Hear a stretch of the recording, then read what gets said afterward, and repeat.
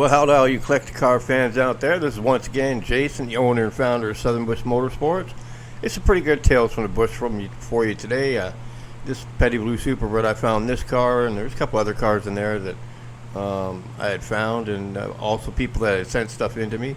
So let's get started. This is a 1970 446 pack pistol grip 4-speed Superbird in original Petty Blue paint. Remember, Petty Blue paint didn't come out until 1970, so it's a pretty unique color. And here's the craziest thing about this car. This car was a bugger to restore, or to inspect and document, because it is untouched, unrestored, survivor, unmolested, call it what you want.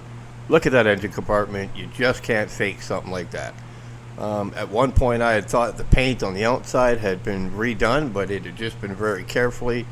Somebody with a lot of experience had buffed it out, but yes, this is an untouched Superbird. Quite a low mileage car. I believe it was less than 50,000 miles on it, but what a crazy car to look at. Like this guy had a bunch of unique cars, but this one right here was just absolutely insane. The thing that makes cars like this is insane. You're talking, this car is, what, 50 something years old, and it still looks like this. The good thing about this car is, the story I got from it is, back in the early 90s, I believe the guy said, there was somebody who obviously caught somebody's attention, and they realized, hey, this is a pretty unique car, and they put it building, and it never left. This car had just surfaced when I found it. This guy had bought it and stuck it into his private collection, and it wasn't going to go anywhere forever. This fella had bought the car as it sits. You can see those kind of cheesy speakers sitting in the back. That's the way the car was when he bought it, and he never touched it. That is the original interior. As very hard as it is to believe, I crawled underneath the seat there and looked at the pins and all that, and it's very, very much original car. Very cool car. So now you got a 1970 Super Bee. Now, you know, I've said this before with cars, but it's to everybody, to each his own. If you go to this much trouble to restore a car like this, and this car is restored, I'm not going to try to even tell you it's a survivor, because it's not. Beautiful restoration. But why stick those wheels on there? I mean, personally myself, you go this far to get the car look back to original the way it is. Don't change anything. You bring it right back to the way it came from the factory. You put the original wheels back on. I mean, but you know, when you own the car, you can do whatever the heck you want with it. But check this 70 Super Bee out. Boy, this was a beauty. The paint on it was straight. The bodywork was straight. You used too much Bondo, you can tell, but can you imagine driving down the road back in 1970 in this car? I mean, even then it would have turned some heads, right? I've always been a fan of that bucket seat console setup there. That's just nice and clean and made you feel safe. I don't know, it made me feel safe. I've had a few of these cars, and I really enjoyed driving them. Nice big car, and you know, a car like this hits a car like we got nowadays, and you're walking away. Cool thing was, it was a real air grabber car, and it definitely was restored properly. I mean, a lot of the attention was paid to the engine compartment and the interior, and it definitely was done the way it was supposed to be done. I can't remember if this was a six-pack car or not. You know, it didn't have to be a six-pack car to have that air grabber set up. I've had quite a few 383 cars that were set up with that air grabber as well, but you know, she's just a beauty, and you can tell the trunk was done properly. You know, maybe the trunk didn't need to be replaced all in the first place, but you know, it's nice to see when the trunk and metalwork and all that stuff's done properly. It does make a really big difference, especially when you're trying to resell it years later. And you know, you never know if you got kids or grandkids, and it make it easier for them to have to sell it if they've been given the car by you. But you know, just a beautiful car, nice straight car. I love that color. I know a lot of people don't like that puke green, but I really did like that color. Just it stood out really well. This next car was actually, I think this was sent in by a customer of mine. He wanted me to sell this car for him.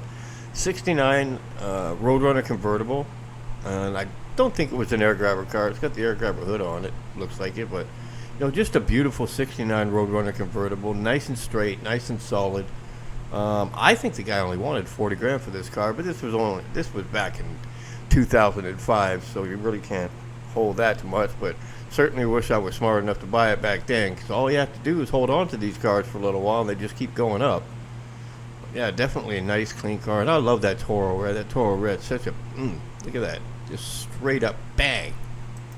Definitely a beauty. You know, I take pictures like this. I like to get pictures like this if I haven't taken them down the side and that. So, you know, that looks like it's just a 383 car, but it is what it is. It's a 69 Roadrunner convertible 383. Nice and straight underneath that hood. Everything looks like it's in the right spot.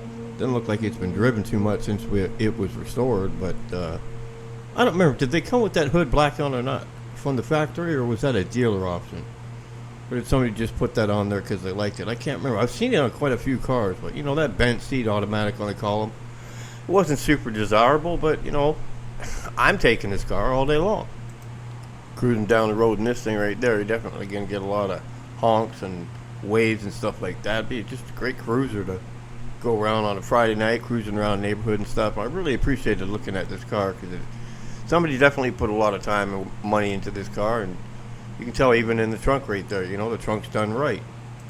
I mean, who knows if this trunk pan was actually replaced, but that's how you can tell if a car was done right, because there's so many things that need to be done properly when a trunk pan's replaced, like those quarters, inner quarters, trunk pan, around the wheel well, all that stuff's got to be lined up properly, or you can tell it's been done. This looks like it might have been an original trunk pan. So here we are. I was on a trip up into, I think I was going up into Wisconsin. And it was funny because I had driven past this property before, and it was a really small town, but there was a lot of people in that town that had cars. So I was at this one place for the entire day. I got there early in the morning. I was documenting all this guy's cars he had in barns and all that stuff. And when I drove past this property again at the end of the day, this guy had pulled his car out right in front of the road. And when I stopped and asked him about it, I'm up there, why not? He said he had heard that I was in town, and he wanted me to take a look at his car. And I'm like, oh, well, that's great, man. He said he knew who I was. So this is a 68 Cutlass convertible, not a 442, but what a beautiful car. Now, this guy restored this car in a single car garage. It was a friend of his cars that passed away, and the friend actually had left the car to him. And it was a little rough, but it was 100% complete. The guy had bought the car brand new, so he decided to do it some justice. Look at down the side of that car. Oh my God, it's so hard to get that right. So beautiful and straight. So he decided to do the car some justice and, take care of a proper restoration for his friend's car. And I'll tell you what, the guy did a bang-up job. Now, here's the craziest thing about this car. This guy probably had 30, 40 grand in just the restoration, just collected parts, and everything was either NOS or it was brand new. I don't know how he did some of the stuff that he did, talking about the locks, the top, the interior parts, just an absolutely gorgeous car. He wanted 20 grand for this car, and I feel so stupid that I didn't pick this car up. It wasn't a 442, and I just, the 69 Cutlass, I like that front. I just was never a big fan of the 68, so I passed on it. But I took these pictures, I got the car listed for him, and then I got some people that were interested in the car. When I called him back, he decided he didn't want to sell it, so that doesn't help the business at all. But it's part of the business, and it is what it is. But, I probably should have picked this car up and just held on to it for a little while. But, a lot of people have asked me. I was never big on collecting these cars and having them lying around a storage building and around my houses or stuff like that. It wasn't something that I was interested in doing. I didn't actually collect any of the cars until towards the end of my career, and I collected 50 of the rarest muscle cars in the world that I thought. But besides that, I never really collected any. I'd buy one and drive it and sell it. Most of the time, I never even got a chance to sit in the cars, and I would just flip them because it was about getting the cars out of the crappy positions they were in to the people that would actually love to have that car and do something with it. It was about getting these cars out of the bushes and the swamps and stuff like that and getting them into restoration shops or getting them restored. Boy, look at that interior. I always love those interiors on those Oldsmobiles. Just real classy looking. The seats, the steering wheels, the instrument cluster, everything was just so classy on those cars, The car wasn't quite done yet, but, he had all the stuff, the back seat and that. But, the fella didn't have my number, and he wasn't real good friends of the place that I was at, but he had heard through a friend through the grapevine that I was out there, and he was going to damn well make sure that I got a chance to look at the car. So he took the chance and pushed it out without it being completely finished. But, the instrument cluster right there, it's just wow. Look at all the buttons and stuff like that. That's got to be an NOS bezel because that thing's just perfect. But, he really took the time to take care and do this car right for his friend, and, it definitely showed it. It was just a pretty sweet-looking car, and a little bit of work still needed to be done to it. Could use some few things done to it, but he definitely got the body right.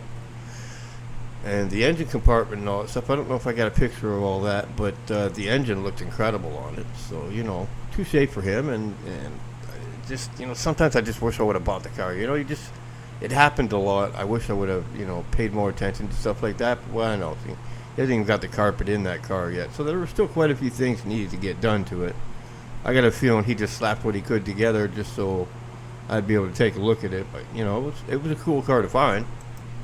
I remember right, it had the 350 rocket in it. And I remember my first car was the 1969 442, and it was definitely a car that got up and it went pretty darn good when you laid into it. And I had a lot of fun with that car, but unfortunately, when you're young, you got to do what you got to do, and I sold it. Oh yeah, I do got a picture of it right there. So there you go. That's a nice little picture of the engine compartment. Looked pretty stock there. Looked like he took his time in taking care of making sure that engine compartment was done right. Definitely nice and clean. I can't remember if that's the original air cleaner on those cars or not. I remember right, that is the original air cleaner. You got the brake booster there, and just really nice compartment. I love that orange engine there. Definitely cleaned up very well. That looks like it's done pretty correct. Maybe the red wires are not supposed to be there like that. I'm not too familiar with those 68s, how they're like that, but they're just shiny. I don't think the guy even ran the car very much on it, but when he fired it up to put it back, it sure sounded good. It had a nice little rumble to it. So yeah, this would have been around 2004, 2005. Like I said, I believe the guy wanted 20 grand for this car. But you can see underneath the car was the original undercoated car, and it was definitely really solid. It's can't really hide much there. That nice solid frame on it. Floors look good. That big beefy rear end. It looks like that rear end was replaced at all. The exhaust pipes look, they went back to stock. But 1968 Cutlass convertible. Great car to drive around. Definitely a nice piece. Probably should have picked it up for the 20 grand back then, but we all make mistakes. So it is what it is, and it's just another Tales from the Bush. Well, I appreciate you coming by and checking another Tales from the Bush. Don't forget to like and subscribe if you can. Helping out with the Patreon page would be great if you can do it. That would help me keep going. Thank you from Jason, from the owner of Southern Bush Motorsports.